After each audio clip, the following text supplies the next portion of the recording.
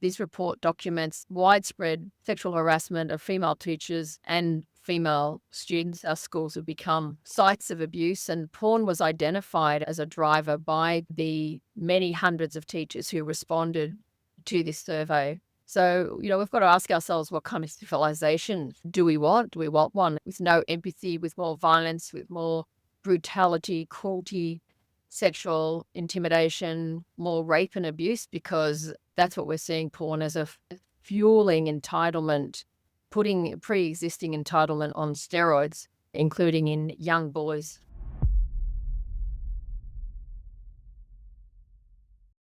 So, hello, ladies and gentlemen. Welcome back to another episode of Unhooked. I'm your host, Jeremy Lipkowitz. Today, joined by my guest, Melinda Tankard Reist. Melinda, welcome to the show. Thanks for having me, Jeremy. I want to jump straight into something we were talking about just before we hit record, which is one of the books that you wrote called He Chose Porn Over Me. And I'm curious to know what inspired you to write that book. I'm a journalist by background. He Chose Porn Over Me was my seventh title, and I've always been interested in personal lived experiences, particularly of women. And I felt that in the global debate around pornography, the vested interests defending pornography, that we rarely hear the experience of women who are partnered to habitual porn-consuming men. So I wanted to give them an opportunity to share their experiences and to describe what it was like to live in a relationship with a man who basically was willing to sacrifice everything for his compulsive porn use, that porn became the most important thing to him, and that the fallout from that, the trauma, the devastation of relationships, the harm to children, the lack of support for the woman, the gaslighting, the blame shifting on behalf of the man, how it impacted women's physical, mental, spiritual, emotional health, how they often blamed themselves, how they often came to hate their bodies because they couldn't compete with what their partner was seeing in pornography. The book also includes a whole section on resources for partners to be able to get support. Mhm. What were some of the key insights that you found in writing that? The key insights were the absolute destruction of relationship, the pressure on women to live up to a pornified ideal of them as women, the pressure on them to perform sex acts that they hated, the porn-inspired scripts their partners were following. There were actually two dynamics that happened there. One was either that he became more demanding sexually and wanting to enact on her the signature acts of pornography, anal ejaculation on the face, wanting to involve a third party in the couple's sexual relationships. Choking was significant, that he wanted to strangle his partner, and he hadn't wanted to do that before.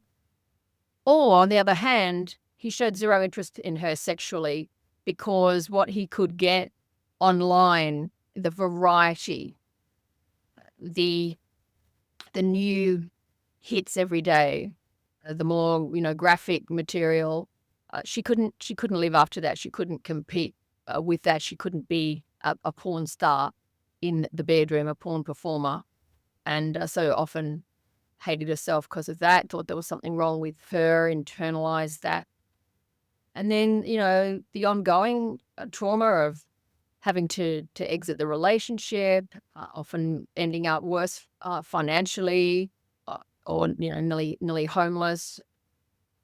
So yeah, there was a range of experiences like that. Some were younger women that started to feel they had body image issues, that they started to hate their breasts, for example.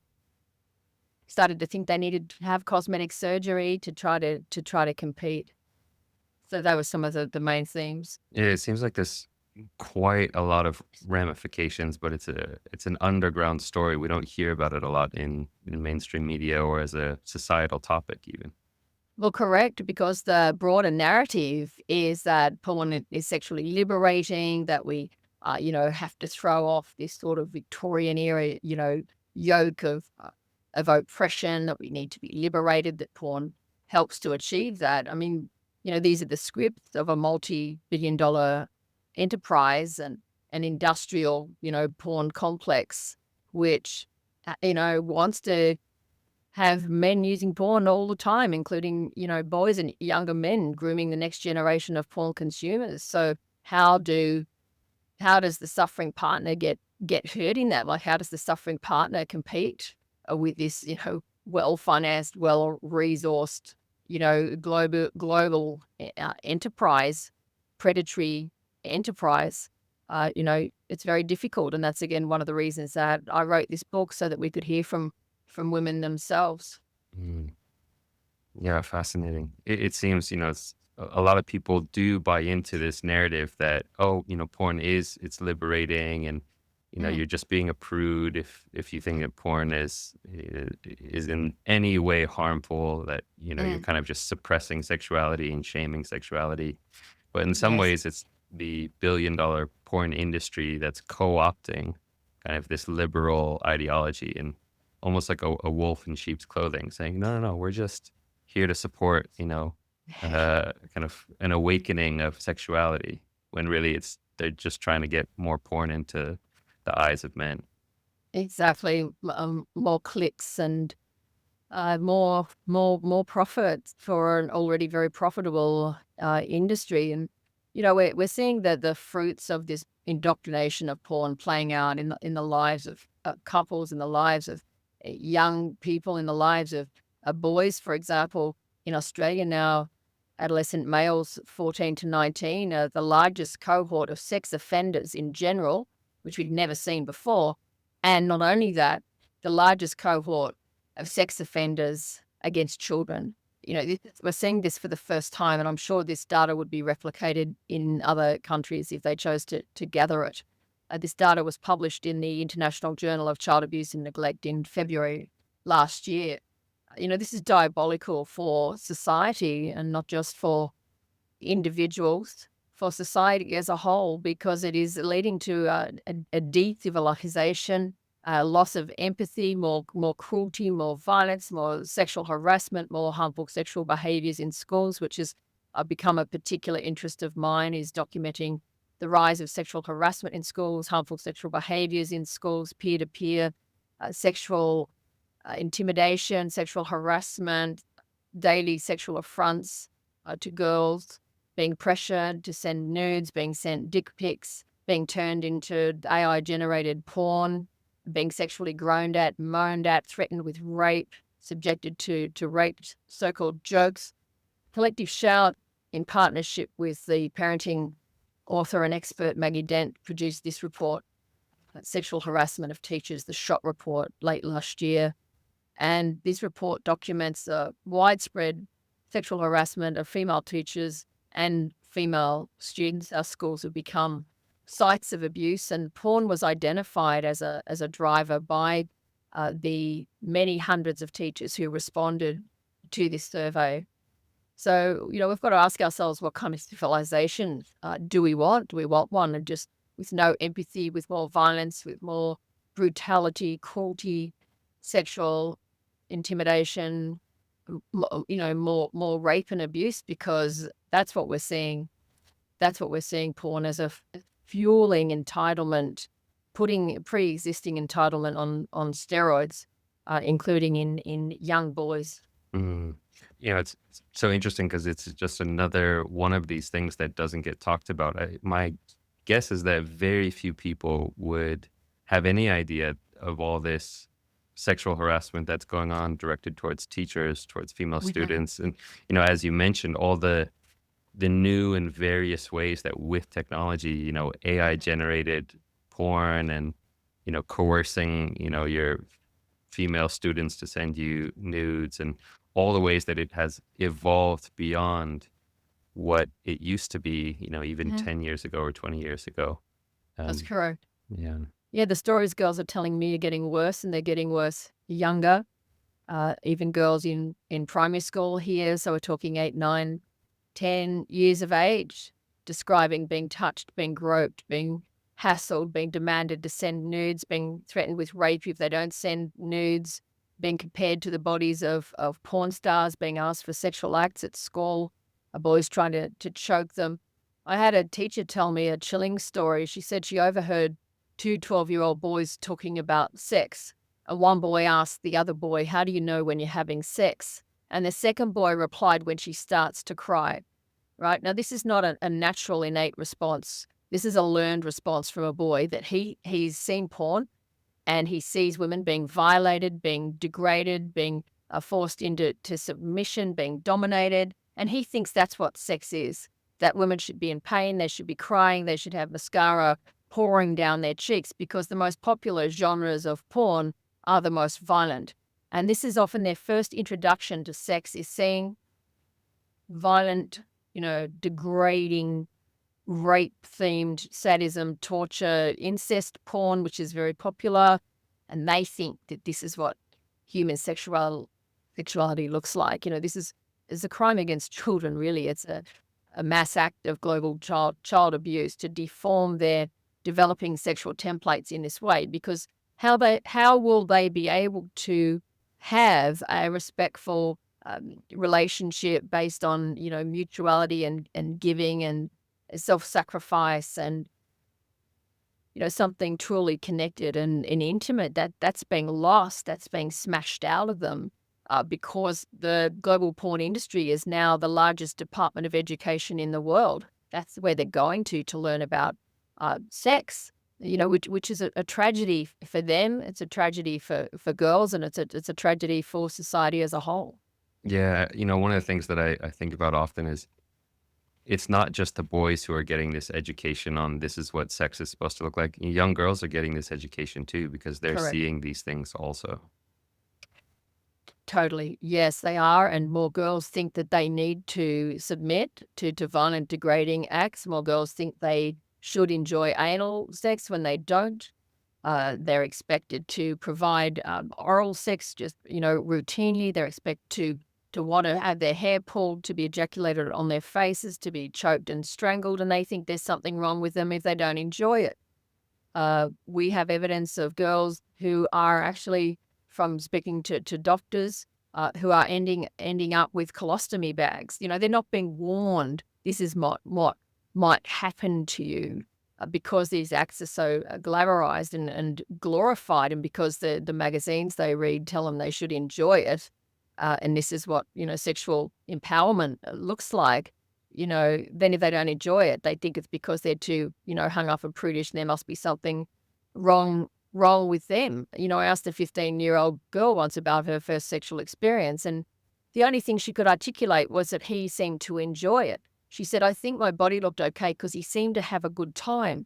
I said, "But what was it like for you?" And she couldn't actually articulate that because she didn't think it should be enjoyable or pleasurable for her. She was there just as an aid to his orgasm, essentially as a masturbatory aid. This is what girls are learning, that there should be no real intimacy or connection. They don't expect romance. They don't expect kissing. Kissing is way too intimate. There'll be many other acts before there's a kiss.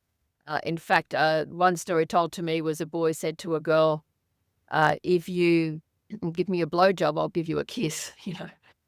So It's just bonkers what's happening. I yeah. mean, it would be funny if it weren't so disheartening and so Well, sad and tragic. absolutely. Yeah. They've never held hands, but they're using their hands to choke a girl. Like, they've never actually held hands. They don't have any of the kind of soft romantic skills. Mm. It's straight into hardcore sex acts, straight out of porn. So the scripts of the global sex industry are what is guiding the expression of sexuality we're seeing in many, young people's relationships. If someone's listening to this, and I'm asking this question a little bit as in kind of devil's advocate, because Mm. I know there's some people out there who maybe they don't really know the state of what, modern hardcore internet porn looks like, and they say, well, Yeah. there's ethical porn out there, and you're just exaggerating. It's not all that bad. Yeah. What would you say to someone who says I that? would say, firstly, how many men do you reckon are Googling ethical porn? 0.1% maybe.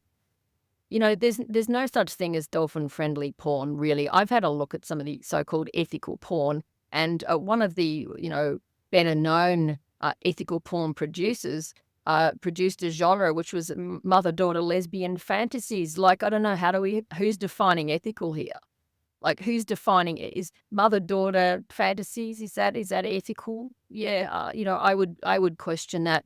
The fact is that even if there was, and I don't believe there is, but even if there was, it's so at the margins. The most common, popular, mainstream title depict rape, sadism, torture porn, incest porn, bestiality, for example. So, I don't think we need to focus on the margins here, and the margins themselves are questionable.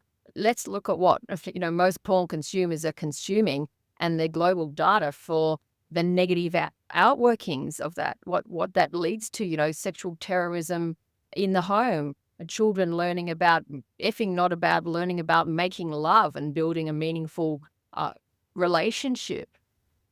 This is an act of social arson. And Mm. we've taken away the guardrails, which might have once, protected children. Now they see rape porn at the click of a button, and they think this is, normal human sexuality. Mm. Wow. It's I talk about this on a weekly basis, but even still, for me, just hearing this, it's so disheartening to think about what Yeah, I can't even imagine what it would be like to be a 10 or 12-year-old girl right now. yeah. Well, it's terrible. I mean, I've met little girls who are on 24-hour a day suicide watch because of the sexual bullying from the boys in their primary school. Girls with eating disorders, girls with high anxiety, mental health problems being medicated. I have girls say to me, I don't want to go to school anymore because schools have become trauma zones, they've become trauma wards, and children don't want to go there. Why would you want to go there? We're seeing a rise globally of school refusal and absenteeism. And there was a group in the UK whose name I've just momentarily forgotten, but it will come back to me, who actually wrote a piece about linking the violence at school, the sexualized violence on the school grounds, with this rise in absenteeism. And that had always been my theory, but I hadn't really seen any data to prove it. But I believe it's true because of what girls tell me, every day in schools in this country, thousands of girls, they don't want to be there. They don't feel safe there. They have a right to be safe at school, but they don't feel safe at school. Mm. And this is a public health crisis that needs a urgent intervention because boys have been groomed to behave in these ways. They weren't born like this. But pornography has taught them to behave in these ways, that they're seeing porn on social media. They don't even have to go to a porn site. They're seeing, sexualized media everywhere in society, pornified portrayals of women in the shopping centers, pornified portrayals of women in advertising, media marketing, music videos, for example, in gaming. And again, they think this is normal, but it's not their fault. It's the adults actually that have allowed this to happen Mm. and are responsible for the global rise in sexual crime as a result of leaving children to literally to these devices. Mm. Yeah, the topic of just female objectification and the Hmm. objectification of women and women's Mm. bodies. You would think that as we progress as a society, things would get better, but in some ways, it's weird because it feels like it's getting worse, but we're almost gaslighting ourselves into thinking that it's getting better. Yeah, absolutely. If everything that the porn industry, the sex industry promised came true, we would have the ideal society. And we certainly don't. Things have got worse. And there's more cruelty, suffering, brutality, and more racism. I have young women of color in schools telling me boys come up to them and say, "You're my dirty little sex slave." This is straight out of porn that women of color are sex slaves. Latino girls telling me they're routinely subjected to tropes about Latino women, from pornography. There's entire genres of indigenous porn depicting indigenous women. How do we get rid of racism from? We say we're against racism, and meanwhile it gets a free pass on our biggest porn sites. Porn is a dispenser of the porn platforms are a dispenser of misogyny and racism, and have been given a free pass for decades. Why do you think this is a topic that gets so little airtime? Like, why do you think we don't talk about this in society? When I get asked questions like that, I say, follow the money trail. There's a lot of money in this. The porn industry, I think now makes more than the drug and weapons industry combined. I need to check the exact stats there, but it's right up there with, the biggest money making industries in the world. And another major factor is that many of the particularly male decision makers in this world are consuming porn. They're not going to want limits on porn. What we saw a few years ago here in Australia was when there were moves to rein in the internet and to require mandatory internet filtering, the sex industry said, we're going to release names of MPs who we know use the porn industry, who are, on our database.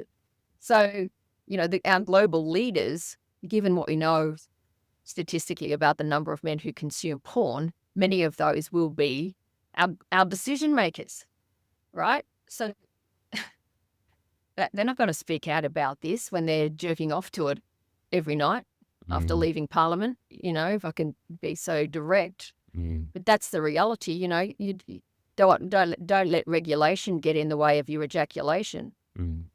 And that, that's a problem. We also have a problem with so-called free speech, particularly in the US, where things that we think don't warrant free speech protection get free speech protection.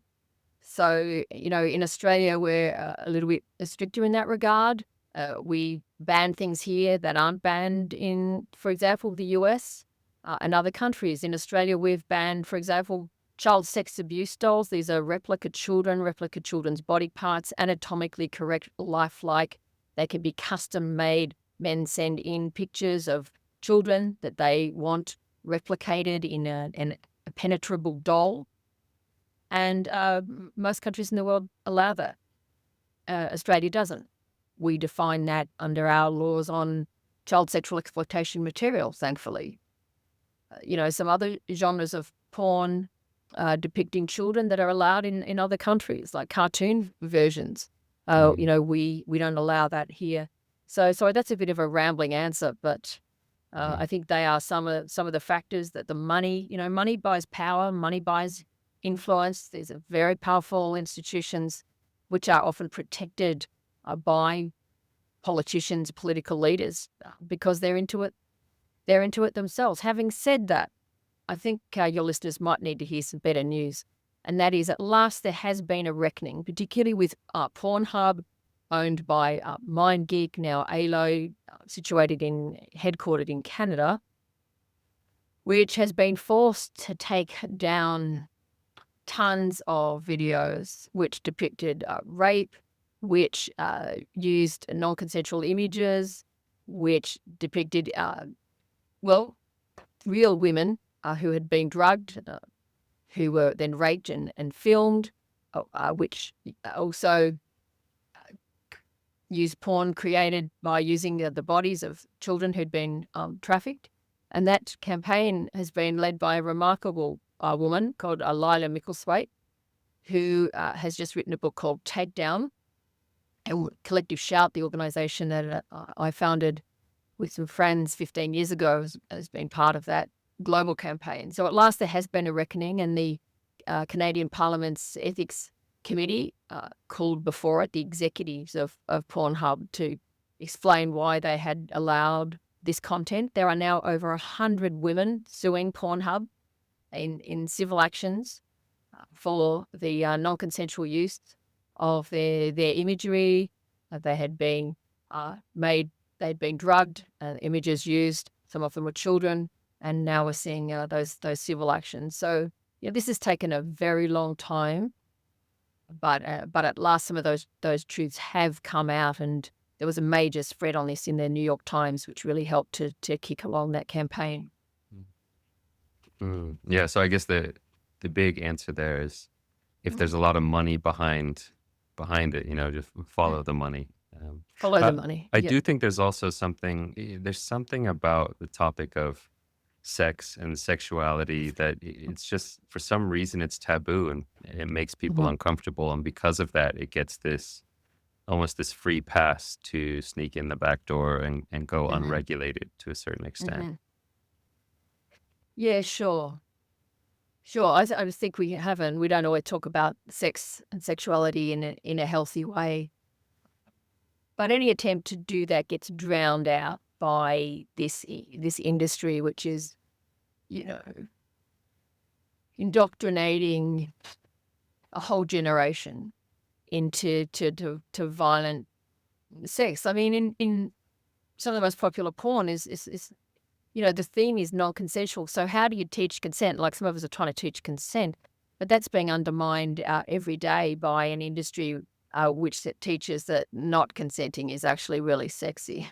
You know, taking conquest, domination, force is actually sexier than the true expression of consent. We're eroticizing violence, eroticizing inequality, eroticizing racism. Porn is just show reels of abuse, and it's very hard to get cut through with something that is a healthy message about human sexuality based on empathy and mutuality, mutual respect, and dare I say it, love, which is not a word we hear very often. Mm.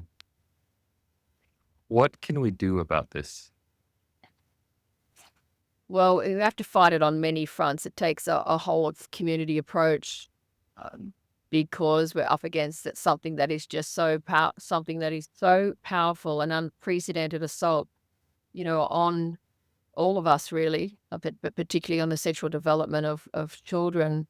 So what do we do? Well, we have to call it out. We have to call out this industrialized, commercialized, commodified version of sexuality. We at Collective Shout do a lot of research. We publish a lot of research. We appear before parliamentary committees, providing that global data, that global evidence, which is solid. It's really solid on what porn is doing, particularly to a generation. The role of porn as a driver of violence is acknowledged in Australia in a report by Our Watch on porn and violence in teen relationships. It's acknowledged in our national plan of action to address violence against women and children, porn as a driver. At least we have that acknowledgement now. This was being denied 10 years ago. Some of us were lone voices for a long time when it's not we're not so alone now. So call out the truth, give weight to the experiences of women, like the women in my book. He chose porn over me. Give weight to the experiences of girls in schools and teachers in schools, which we have documented in this sexual harassment of teachers report, which you can find on the Collective Shout website, collectiveshout.org. We need our governments and our regulatory bodies to step up to the plate to at least agree to protect children from early porn exposure, being exposed to porn, racism, torture porn, sadism, rape, incest porn at the click of a button. Let's agree. Let's find common ground at least with our children and put in protections in place. For example, age assurance, age verification. We have a trial of that going on in Australia right now, holding this industry to account, supporting civil actions by women against this industry, supporting criminal actions for accountability, transparency. These industries which have caused, just untold damage to society as a whole. There are a few ideas. Wow. I mean, it just feels such a huge undertaking. It's so hard to shift the momentum of Yes, it this is. massive thing. It really is. But, when I feel overwhelmed by it, I remind myself of, for example, boys who contact me and say, after hearing you speak, I stopped using porn. After hearing you speak, I realized that I had become, a patron of this global industry. They used to tell themselves, oh, it's harmless. I'm just looking. The women seem to be enjoying it. And then they realized that every click, every download was fueling the global trade in the bodies of women and girls into the production of pornography, that they were complicit, and they had an ethical awakening, and they contacted me and said, I haven't used it since. The women that have contacted me and said, your book helped me because before I thought it was just me. I thought there was something wrong with me. And now I feel less lonely. I recognize, thousands of women are experiencing the same things I did, and that gives them confidence to speak out. The girls in schools that say, I'm allowed to say no. It's like this radical notion, this radical idea after hearing me speak. I say, what did you take from this message? And I say, oh, we realize we're allowed to say no. You know, like this shouldn't be so revolutionary, but apparently it is. I used to get young girls say, how do I say no without hurting his feelings? And now they realize, they're allowed to say no, and they shouldn't be pressured and forced to do things they don't want to do. They understand what the law says, that this constitutes sexual harassment if they're being sexually groaned at, grunted at, moaned at, if they are being propositioned, threatened with rape if they don't send nudes, send unwanted dick pics, turned into AI porn. That these things are all against the law, and they have a right to report and to speak out and complain. So I have to kind of break it down and just remind myself, these individual people have been helped. And we're also seeing more of a global acknowledgement of the harms of this industry. We're seeing more young people saying we don't want this for our lives, for our sexuality. We're seeing more men like yourself speaking out about this, trying to help other men to understand that porn is toxic to their ability to form a loving, intimate relationship. It's toxic to them, toxic to the women in their lives, and toxic to society. So more men are speaking out, and we've had long-term male allies like Paul Laverne, who and Robert Jensen, and people of that caliber. Here in Australia, Steve Biddulph and Clive Hamilton, people like that. And, it's great to see more men resisting the toxic scripts of pornography, wanting something better. To me, that's where the hope lies. It's in this younger generation of resistors who want something better for their lives. So I have to find hope there. And with our global allies working in this space, it's still a massive task. There's no doubt about it. But at least history will show we tried. Yeah. Do you have any, research, studies, statistics that kind of showcase how this harms relationships or how this harms men or women? And I'm asking this question because I'm thinking of, people who might have never really thought of this. Maybe they're not aware of what's going on in schools. Maybe they're, middle-aged man, and they just think, oh, this is harmless.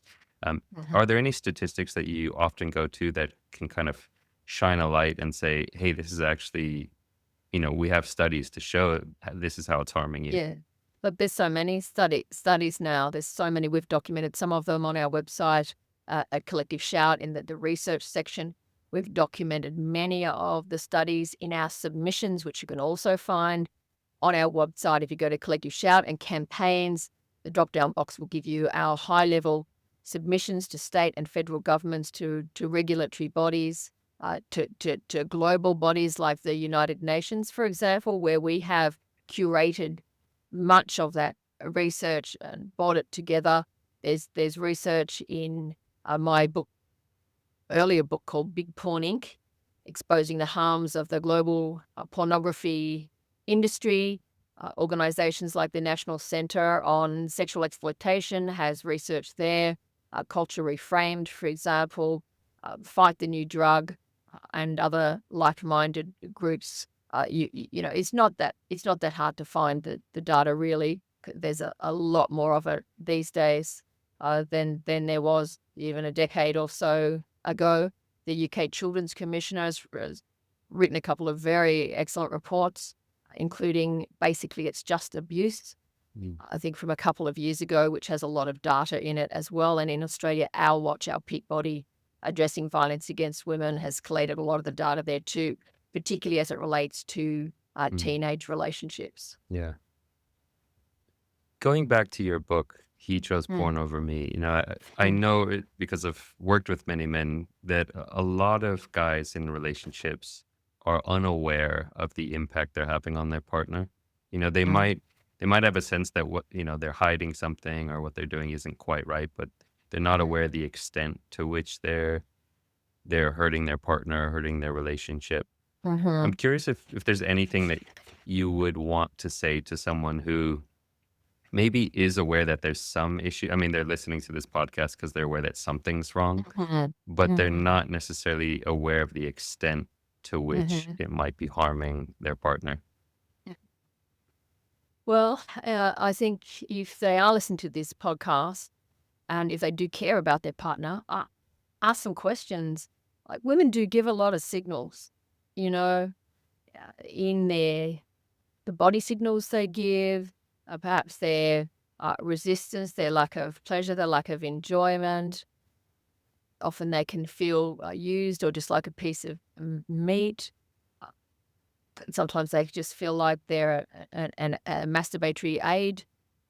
If he's consuming porn, he should be alert to changes in the relationship. Does he prioritize his porn over her? Does she feel neglected? Does she feel less desirable, less attractive? What's really going on? What does he want in the relationship? Because he can't defend his porn and his humanity at the same time. He can't have both. He can have his porn, but he can't have an authentic, intimate relationship with his partner. And men that I know that have given up consuming porn, many of them did it because they actually cared for their partner and they recognized that she was being harmed. Obviously, I'm talking about heterosexual relationships here because that's what I've mostly looked into.